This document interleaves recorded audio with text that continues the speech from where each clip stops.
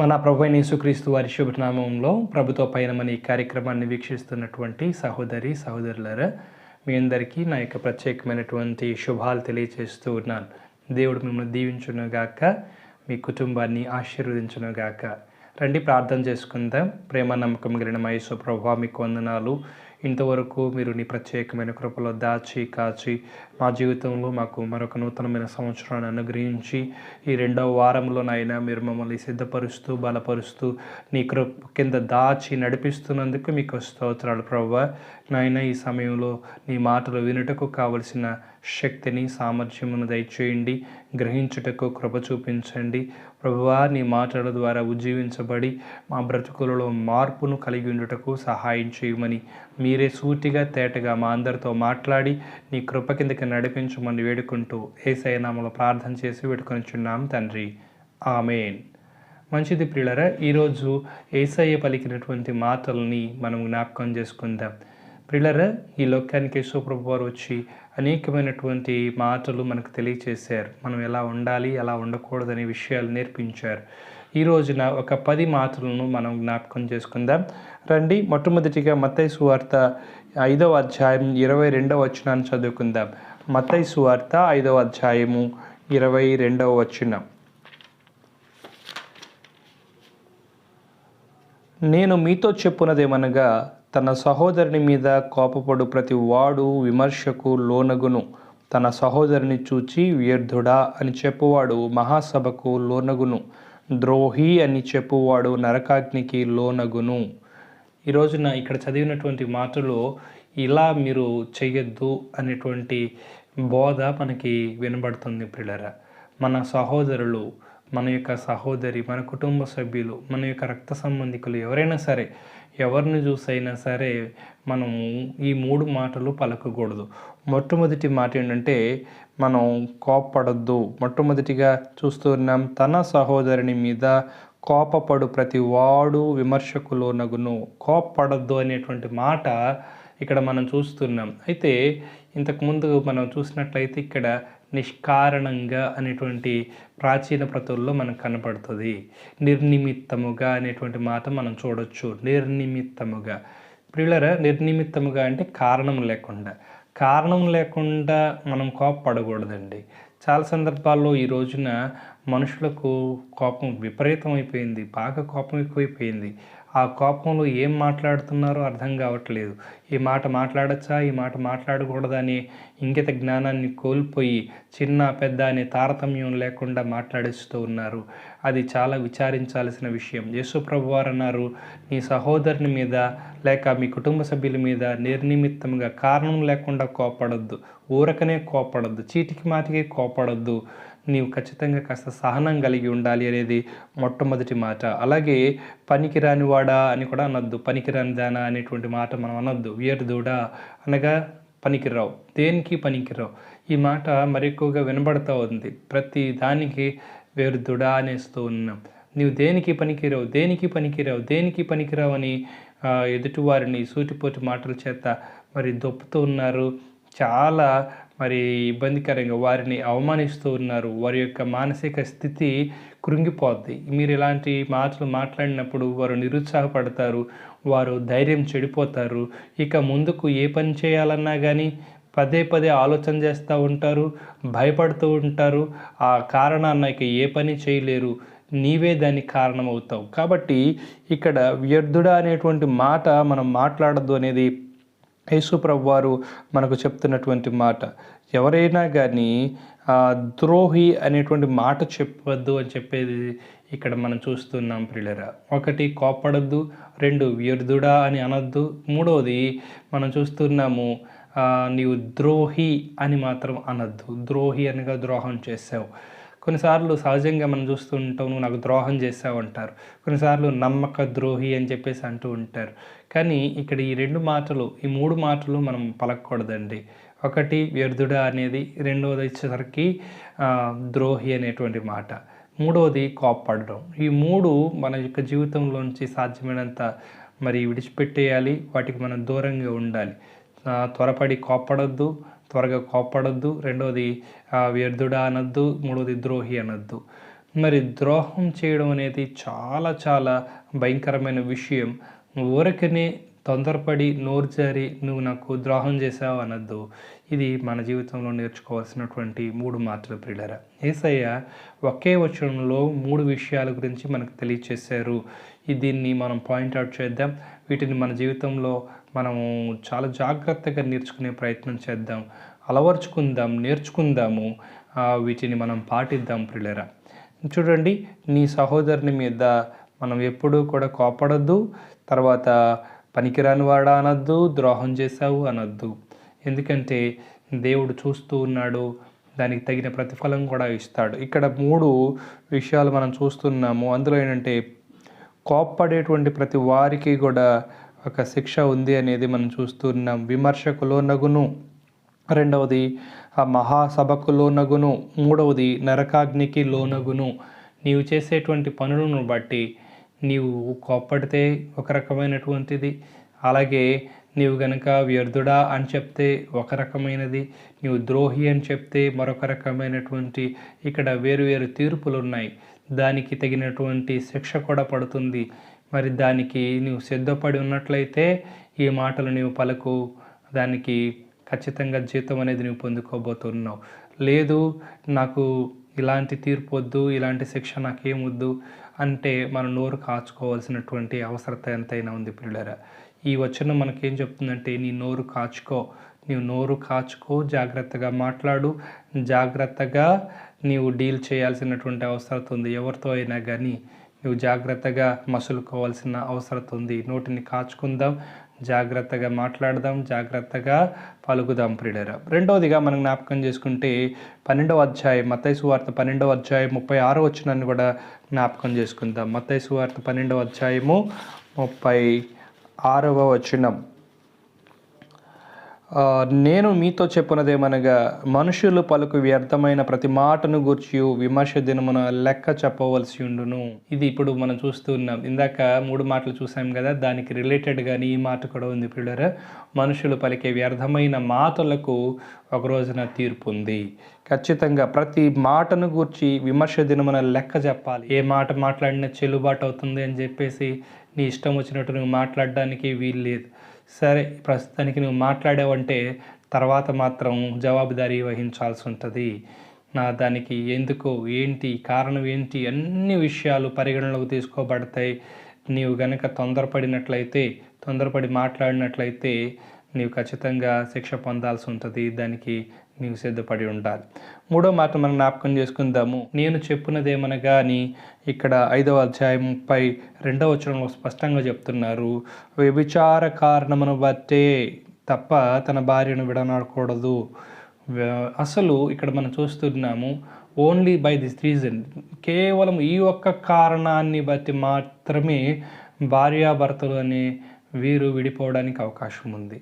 ఇంకా మించి ఏ కారణాన్ని బట్టి కూడా ఎవరు విడిచిపెట్టకూడదు. భార్య భర్తను విడిచిపెట్టకూడదు, భర్త భార్యను విడిచిపెట్టకూడదు. వారిరువురు ఏక శరీరమై ఉన్నారు. వారు ఎప్పుడూ కూడా కలిసి జీవించాలి, వారు ఎప్పుడూ కలిసి ఉండాలి. అది దేవుని యొక్క చిత్తమై ఉన్నది. కానీ ఈ రోజుల్లో మనం చూస్తూ ఉన్నాం, ప్రతి చిన్నదానికి గొడవలు పడడం, విడిపోవడం, ఎవరి దారి వాళ్ళు చూసుకోవడం మనం చూస్తూ ఉన్నాం.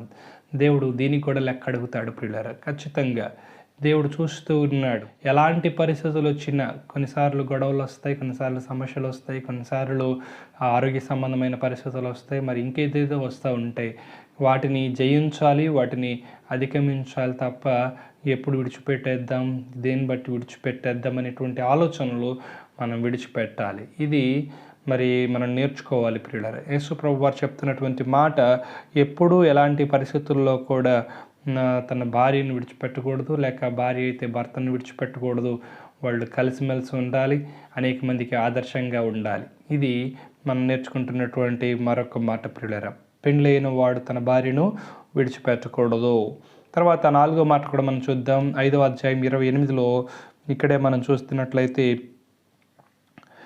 నేను మీతో చెప్పుతున్నదేమనగా ఒక స్త్రీని మోహపు చూపుతో చూచు ప్రతివాడు అప్పుడే తన హృదయమందు ఆమెతో వ్యభిచారం చేసిన వాడగును. కాబట్టి మోహపు చూపు చూడకూడదు. ఇది మరొక మాట మనం చూస్తున్నాం. పెళ్ళయిందా, నీ భార్యను నువ్వు సంతోషపెట్టాలి, నువ్వు నీ భార్య కలిసి ఉండాలి, అంత చక్కగా ఉండాలి. ఇది ఒక మాట అయితే, రెండవ మాట మనం వేరొకరిని మనం ఆశించకూడదు. అది కూడా ఆశించామా అది కూడా తప్పే అవుతుంది. అది మరి చేయకూడనటువంటి పని. కాబట్టి మోహపు చూపులు చూడకుండా మన మనసును మనం నిగ్రహించుకుందాం. అట్టి నిగ్రహ శక్తిని దేవుడు మనకిచ్చునుగాక.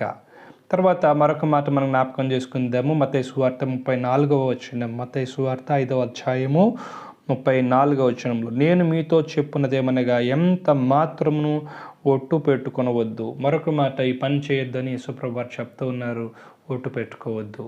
మరి ఎలాంటి పరిస్థితుల్లో వచ్చినా కానీ దయచేసి మీ మాట అవునంటే అవును, కాదంటే కాదన్నట్టుగా ఉండాలి తప్ప దేని మీద మనం ఒట్లు పెట్టుకోవద్దు. మనం ఎదుటివారికి నమ్మకత్వాన్ని కలగజేసే వారిగా ఉండాలి, కానీ నమ్మకత్వాన్ని కలగజేయడానికి ఒట్లు పెట్టుకోవద్దు. ఇది యేసుప్రభువు వారు మనకు చెప్తున్నటువంటి మరొక మాట. ఇప్పటిదాకా మనం చూసాం, కారణం లేకుండా కోపడొద్దు, పనికిరానటువంటి వాడా అనొద్దు, వ్యర్థుడా అనొద్దు, ద్రోహి నాకు ద్రోహం చేసావు అనొద్దు అనేది.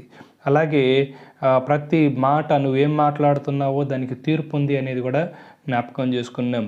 మరి పెండ్లైనటువంటి వారైతే తన భార్యతో సంతోషంగా ఉండాలి, అలాగే భార్యను ప్రేమించాలి, భార్యను విడిచిపెట్టకూడదు అనేది జ్ఞాపకం చేసుకున్నాం. తర్వాత మోహపు చూపులు చూడొద్దు అనేది కూడా జ్ఞాపకం చేసుకున్నాం. ఆ తర్వాత 5వదిగా మనం చూసాం, ఇప్పుడు ఎట్టి పరిస్థితుల్లో కూడా ఒట్టు పెట్టుకోవద్దు. ఇది ఇంతవరకు మనం 5 విషయాలు చూసాం. మరికొన్ని విషయాలు చూద్దాం. చూడండి, 5వ అధ్యాయం 39వ వచనంలో, నేను మీతో చెప్పున్నదేమనగా దుష్టుని ఎదిరింపక నిన్ను కుడి చెంప మీద కొట్టు వాని వైపునకు ఎడమ చెంప కూడా త్రిప్పుము. యేసుప్రభు వారు ఈ మాట కూడా చెప్తున్నారు, దుష్టుని ఎదిరించొద్దు. చాలా సందర్భాల్లో మనం ఏం తప్పు చేయం, మరి ఎదుటివారే మనల్ని నిందల పాలు చేస్తూ ఉంటారు, అల్లరి పాలు చేస్తూ ఉంటారు, మనల్ని ఇబ్బందుల పాలు చేస్తూ ఉంటారు. వారు దుష్టులు అని మనకు తెలిసినప్పుడు వారితో మనం మాట్లాడద్దు, వారితో నోరు కలపద్దు. మనం మాట్లాడామంటే ఇంకా పెద్ద సమస్య అవుతుంది.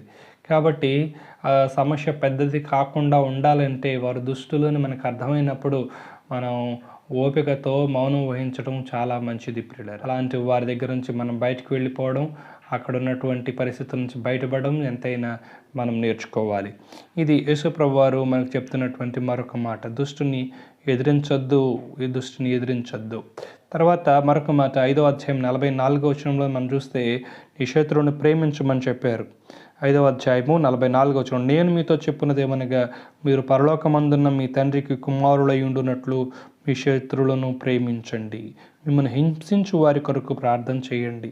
ఇలా మీరు చేసినట్లయితే మీ పరలోకమందున్న మీ తండ్రి కుమారులై ఉంటారు. ఇక్కడ ఒక బహుమానం, ఒక వాగ్దానం కూడా మనం చూస్తున్నాం. శత్రువులను ఎవరైతే ప్రేమించగలుగుతారో, ఆ తర్వాత మనల్ని బాధ పెట్టేవారు లేక మనల్ని హింసించేటువంటి వారిని ఎవరైతే క్షమించగలుగుతారో వారికి ఒక గొప్ప బహుమానం ఉంది. మనం ఏం చేయాలి తెలుసు, ఈ శత్రువులను ప్రేమించడం అనేది మనం నేర్చుకోవాలి. ఇది ఇప్పుడు మనం చూసినటువంటి విషయాలన్నీ కూడా చాలా క్లిష్టమైనటువంటివిగా మనకు కనబడుతూ ఉంటాయి.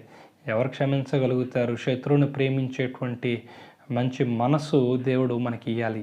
అలాంటి కృప దేవుడు మనకు ఇచ్చునుగాక. మరి తర్వాత మనం జ్ఞాపకం చేసుకుంటే 6వ అధ్యాయం 25వ వచనంలో మనం చూద్దాం. ఇక్కడే మత్తయి సువార్త 6:25, నేను మీతో చెప్పున్నదేమనగా ఏమి తిందుమో ఏమి త్రాగుదుమో అని మీ ప్రాణమును గూర్చేయను, ఏమి ధరించుకుందుమో అని మీ దేహమును గూర్చేయను చింతింపకుడి. ఆహారము కంటే ప్రాణమును, వస్త్రము కంటే దేహమును గొప్పవి కావా అని యేసుప్రభు వారు అడుగుతూ ఉన్నారు ప్రియులారా. ఈ మాట మనందరం కూడా ఖచ్చితంగా నేర్చుకోవాలి. ఏది ముఖ్యమైంది మనకు తెలుసు.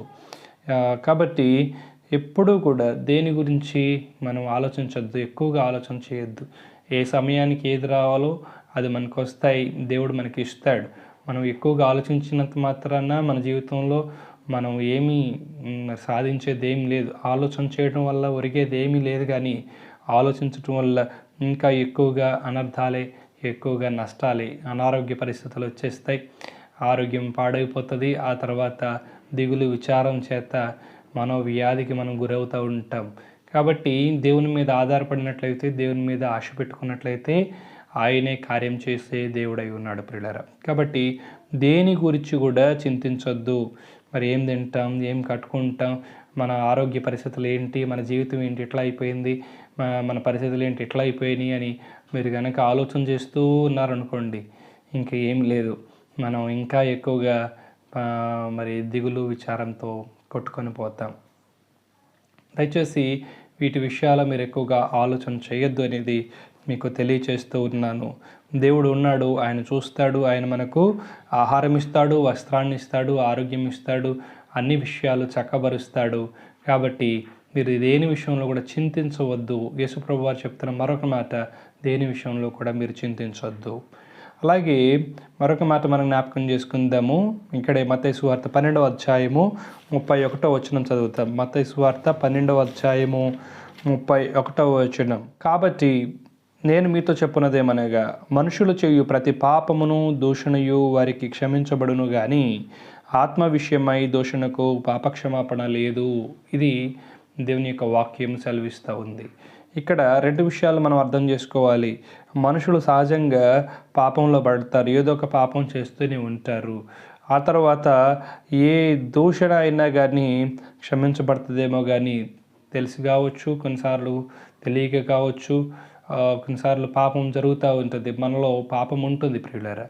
అయితే ఇది మన మనుషుల గురించినటువంటిది. నువ్వు ఎవరైనా మనుషుల్ని దూషించుండొచ్చు, ఒకవేళ లేక నీవు ఏదైనా పాపంలో పడి ఉండొచ్చు, నీకు మరి పాప క్షమాపణ లభిస్తుంది. నువ్వు ఎప్పుడైతే తెలుసుకొని అర్థం చేసుకొని ఒప్పుకొని ప్రభువా నన్ను క్షమించు అని ఇప్పుడు బ్రతికి ఉండగానే నువ్వు అర్థం చేసుకుని గ్రహించి విడిచిపెట్టినట్లయితే నీకు గనక ఖచ్చితంగా క్షమాపణ దొరుకుతుంది. కానీ ఆత్మ సంబంధమైన, పరిశుద్ధాత్మ సంబంధమైన, దైవ సంబంధమైన విషయాల్లో నీవు గనక దూషించినట్లయితే ఆ దూషణకు పాపక్షమాపణ లేదు. ఖచ్చితంగా దేవుడిని శిక్షించుతాడు.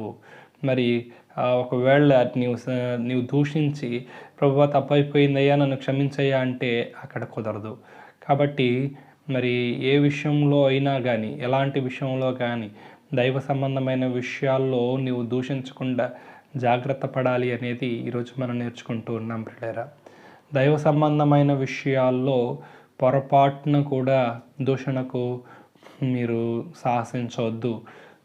జాగ్రత్త పడదా దేవుడు మనలందరినీ కూడా ఆయన కృపలో నిలిపి మనమందరము దైవ భయంతో, దేవుని భక్తితో మనం ముందుకు కొనసాగుదాం. మరొక మాట మనం జ్ఞాపకం చేసుకుందాము. లూకా సువార్త 12వ అధ్యాయము 8వ వచనం. లూకా సువార్త 12వ అధ్యాయము 8వ వచనాన్ని చదువుతూ ఉన్నాను. నేను మీతో చెప్పున్నదేమనగా, నన్ను మనుషుల ఎదుట ఒప్పుకుని వాడెవడో మనుష్య కుమారుడు దేవుని దూతల ఎదుట వారిని ఒప్పుకొనును. నీవు మనుషుల ఎదుట దేవుని ఒప్పుకోగలిగితే, అనగా దేవుని ఘనపరచగలిగితే, దేవుని మహిమపరచగలిగినట్లయితే ఆయన నిన్ను దేవదూతల ఎదుట ఘనపరుస్తాడు. ఈ మాటను సింప్లిఫై చేసి మీకు చెప్తున్నాను. ఎవరైతే దేవుని ఘనపరుస్తారో దేవుడు వారిని ఘనపరుస్తాడు ప్రియులారా. ఈ రోజున ఈ మాట కూడా మన జీవితంలో మనం నెరవేర్చుదాము. ఈరోజు 10 విషయాల గురించి మనం ధ్యానం చేశాం. 1, నీ సహోదరుని విషయంలో నిర్నిమిత్తంగా కోపడొద్దు, వ్యర్థుడా అనొద్దు, ద్రోహి అనొద్దు. ఇది మొదటి మాట. రెండో మాట మనం జ్ఞాపకం చేసుకున్నాం, ప్రతి పలికే వ్యర్థమైన మాటకు తీర్పు ఉంది, జాగ్రత్త. ఎలా పడితే అలా మాట్లాడొద్దు, జాగ్రత్తగా ఆచితూచి ఈ మాట మాట్లాడచ్చా మాట్లాడకూడదా అని ఆలోచన చేసుకొని మనము మాట్లాడదాం, లేకపోతే మనం శిక్షించబడతాం. తీర్పు మనకున్నది అనేది రెండవ మాట. మూడవది, నీవు వివాహ వ్యవస్థలో ఉన్నట్లయితే నీ భార్యను ప్రేమించాలి, లేక నీవు ఒక స్త్రీ అయితే నీ భర్తను నువ్వు ప్రేమించాలి, అర్థం చేసుకోవాలి, ఒకరికొకరు సహకరించుకోవాలి, ఎప్పుడూ ఎన్నడూ కూడా విడిచిపెట్టకూడదు, ఒకరినొకరు వదిలేసుకోవాలి, విడిచిపెట్టేసేయాలి అనేటువంటి ఆలోచన, లేక వదిలించుకోవాలనేటువంటి ఆలోచన మనం ఎవరు కూడా కలిగి ఉండకూడదు. ఇది మనం నేర్చుకుంటున్నటువంటి 3వ మాట. 4వ మాట, మనము ఒక కుటుంబ వ్యవస్థలో ఉన్నప్పుడు మనం వారితో సంతోషంగా ఉండాలి, సమాధానంగా ఉండాలి తప్ప ఇంటి వారిని విడిచిపెట్టి బయట వారిని ప్రేమించి బయట వారితో సహవాసాలు కలిగి ఉండి వారితో మరి బంధాలు పెట్టుకొని తెగదింపులు చేసుకోలేని పరిస్థితుల్లో ఉండొద్దు. దయచేసి అలాంటి పరిస్థితుల్లోకి వెళ్ళొద్దు. మొహపు చూపులు చూడ. 5వ మాట జ్ఞాపకం చేసుకుంటే, ఎట్టి పరిస్థితుల్లో నీ మాట మీద నీవు నిలబడాలి, నీ మాటను నిలబెట్టుకోవటానికి ప్రయత్నం చేయాలి తప్ప నీ మాటను రుజువు చేసుకోవటానికి నీవు ఒట్టు పెట్టుకోవద్దు. తర్వాత 6వ మాట మనం జ్ఞాపకం చేసుకుంటే, దుష్టుని ఎదిరించొద్దు. దుష్టుని మనం జాగ్రత్తగా ఉండాలి. వారితో మనము జాగ్రత్తగా వ్యవహరించాలి. పోట్లాట పెట్టుకోవద్దు, లేకపోతే గొడవలకు దిగొద్దు, చేయి చేసుకోవద్దు. జాగ్రత్తగా ఉందాం. అలాంటి వారికి దూరంగా కూడా ఉందాం ప్రియులారా. తర్వాత 7వ విషయాన్ని మనం జ్ఞాపకం చేసుకుంటే, నీ శత్రువుని ప్రేమిద్దాం, అసహించుకోవద్దు లేక ద్వేషించొద్దు, వారిని కూడా ప్రేమిద్దాం. మరి మనం అందరం కూడా సాధ్యమైనంత వరకు మనల్ని హింసించేవారు, బాధించేవారి కొరకు ప్రార్థన చేద్దాం. వారి యొక్క మార్పు కూడా మనం చూడాలనుకుందాం. నాశనాన్ని చూడాలని అనుకోవద్దు, కానీ వారిలో మార్పు చూసి వారు కూడా మంచి వ్యక్తులుగా, వారు కూడా సమాజానికి మేలుకరమైన వ్యక్తులుగా మారాలని మనం ఆశిద్దాం. తర్వాత 8వ మాట మనం చూద్దాం. ఏ విషయంలో కూడా మనం చింతించొద్దు, దేని గురించి చింతించొద్దు. నీ జీవితంలో జరిగే ప్రతి మార్పును బట్టి మనం దేవుణ్ణి మహింపరుద్దాం. దేవుడు ప్రతి ఒక్క కార్యమును ఆయన చేయబోతూ ఉన్నాడు. మరి ఓపిక కలిగి ఉందాం. ఆయన కార్యమును మనమందరం చూచున్నట్లుగా సహనం కలిగి ఉందాం ప్రియులారా. కానీ మనం ఎప్పుడూ నిరుత్సాహపడే పరిస్థితుల్లో ఉండొద్దు అనేది 8వ మాట మనం చూస్తూ ఉన్నాం. 9వ మాట, ప్రతి పాపానికి క్షమాపణ ఉంది, కానీ దైవ సంబంధమైనటువంటి దూషణకు పాప క్షమాపణ లేదు. కాబట్టి నీవు ఈ లోకానుసారంగా జీవిస్తున్నప్పుడు శోధించబడితే నీవు తెలుసుకుని గ్రహించి విడిచిపెట్టి ప్రభు దగ్గరికి వెళ్ళి క్షమాపణ అడిగి నీవు క్షమాపణ పొందుకోవచ్చు. అక్కడ గొప్ప అవకాశం ఉంది. ఇప్పుడే ఏ విధమైనటువంటి శోధనలో ఉన్న, పాపంలో ఉన్న ప్రభు దగ్గరికి వెళ్తే ప్రభు క్షమించడానికి ఆయన సిద్ధంగా ఉన్నాడు. కానీ జాగ్రత్త, దైవ సంబంధమైనటువంటి విషయాల్లో జోక్యం చేసుకొని పరిశుద్ధాత్మను దూషించినట్లయితే నీకు క్షమాపణ లేదు అనేది గుర్తు చేసుకో. దానికి తగిన శిక్ష నీవు పొందాల్సిందే. నీవు దానికి కూడా సిద్ధపడాలి. కాబట్టి దేవుని విషయాల్లో గనక ఇన్వాల్వ్ అవుతున్నట్లయితే ఇక మీదైనా జాగ్రత్త పడు. నీవు దేవుని విషయాల్లో తొందరపడి మాట్లాడొద్దు, దూషించొద్దు, దేవుని అవమానపరచొద్దు. దేవుని విషయాల్లో నోటుకొచ్చినట్టు నీవు మాట్లాడొద్దు. మనుషుని సంబంధమైన విషయాలే ఏది పడితే అది మాట్లాడకూడదని నేర్చుకున్నాం. మరి ముఖ్యంగా దైవ సంబంధమైన విషయాల్లో మరెక్కువ జాగ్రత్త తీసుకోవాలనేది మనం నేర్చుకుంటున్నాం ప్రియులారా. చివరిగా 10వ మాట మనం జ్ఞాపకం చేసుకున్నాము. అదేంటంటే, ఎవరైతే దేవుని గణపరుస్తారో వారిని ప్రభువారు గణపరుస్తారు. మనము దేవుని గణపరుద్దాం, దూషించద్దు, కానీ దేవుని గణపరిచే వారిగా ఉందాం, దేవుని మహింపరిచే వారిగా ఉందాం. ఎవరైతే దేవునికి నమ్మకంగా ఉంటారో దేవుడు వారిని బహుగా ఆశీర్వదించి దీవించే దేవుడై ఉన్నాడు. అటు కృప, అటు భాగ్యము దేవుడు మనందరికీ దయచేయునుగాక. ఆమేన్. ప్రేమ నమ్మకం కలిగిన మా యేసు ప్రభువా, మీకు వందనాలు ప్రభువా. ఈరోజు నీవు మాతో మాట్లాడిన ఈ 10 మాటలను బట్టి నిన్ను స్తుతిస్తూ ఉన్నాం. ఈ 10 మాటల్లో ప్రభువా నాయన, ఎవరెవరికి ఏ నాయన మరి మాటను మీరు ఇచ్చారో, ఎవరైతే ఎక్కడ నాయన దారి తప్పిపోయి ఉన్నారో, సరిచేసుకోవాల్సినటువంటి విషయాలు ఉన్నాయో వాటిని గ్రహించుకొని విడిచిపెట్టడానికి సహాయం చేయండి. పరిశీలన చేసుకుని ఆత్మను దయచేయి, పరీక్షించుకునేటువంటి మనసు దయచేయండి ప్రభువా. నాయన ఈ 2024వ సంవత్సరంలో ఈ జనవరి మాసంలో ప్రభువా ఈ మాటలు మాకు ఇచ్చినందుకు వందనాలు. ఈ మాటలు నాయన చేపట్టి నాయన సరిచేసుకొని ఈ సంవత్సరంలో మా బ్రతుకు దినములన్నీ క్షేమం చూడడానికి, నీలో నిలిచి ఆనందించడానికి ద్వారములు తెరవండి. ఈ కార్యాన్ని నాయన మా జీవితాల్లో జరిగించండి, సంపూర్తిగా జరిగించండి. మా ద్వారా, మా యొక్క కుటుంబాల ద్వారా మహిమ తెచ్చుకోమని మా పరిచర్యలంతటినీ మీ చేతులకు అప్పగిస్తూ ఉండగా తండ్రి, మేము చేయుచున్న ప్రతి దానిని జ్ఞాపకం చేసుకొని మీరే మహిమ, ఘనత, ప్రభావాలు పొందుకోమని నజరేయుడైన యేసయ్య శక్తి కలిగిన నామములో ప్రార్థన చేసి బ్రతిమలాడి వేడుకొంచున్నాం తండ్రి. ఆమేన్.